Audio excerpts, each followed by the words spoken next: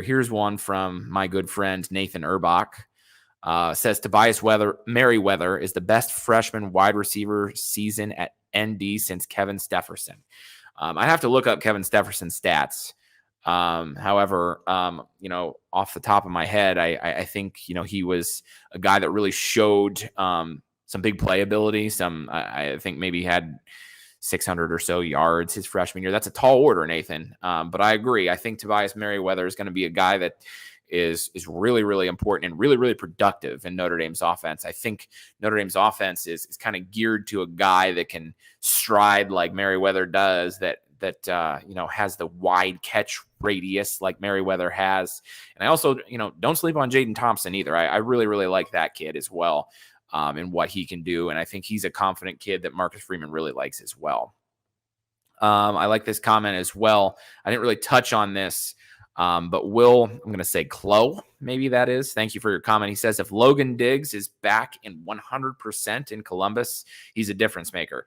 I absolutely, yeah, I absolutely agree with that. I like Chris Tyree, and don't get me wrong, this isn't a knock on Tyree. I just don't know that, even though he's slated as the starter for Notre Dame, I just don't know that he is a bell cow, I guess, to put kind of an old school term on it.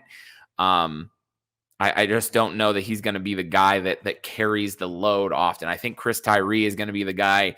You get him out there, you're going to get him the ball in space a lot. He'll certainly run through the tackles a little bit. But with Tyree and Diggs, I like kind of the more thunder and lightning type of dynamic you sort of have going on there. Diggs is kind of an in-between between Tyree and Audric Estime, who I think is going to get, probably, like, I hope 10 carries a game.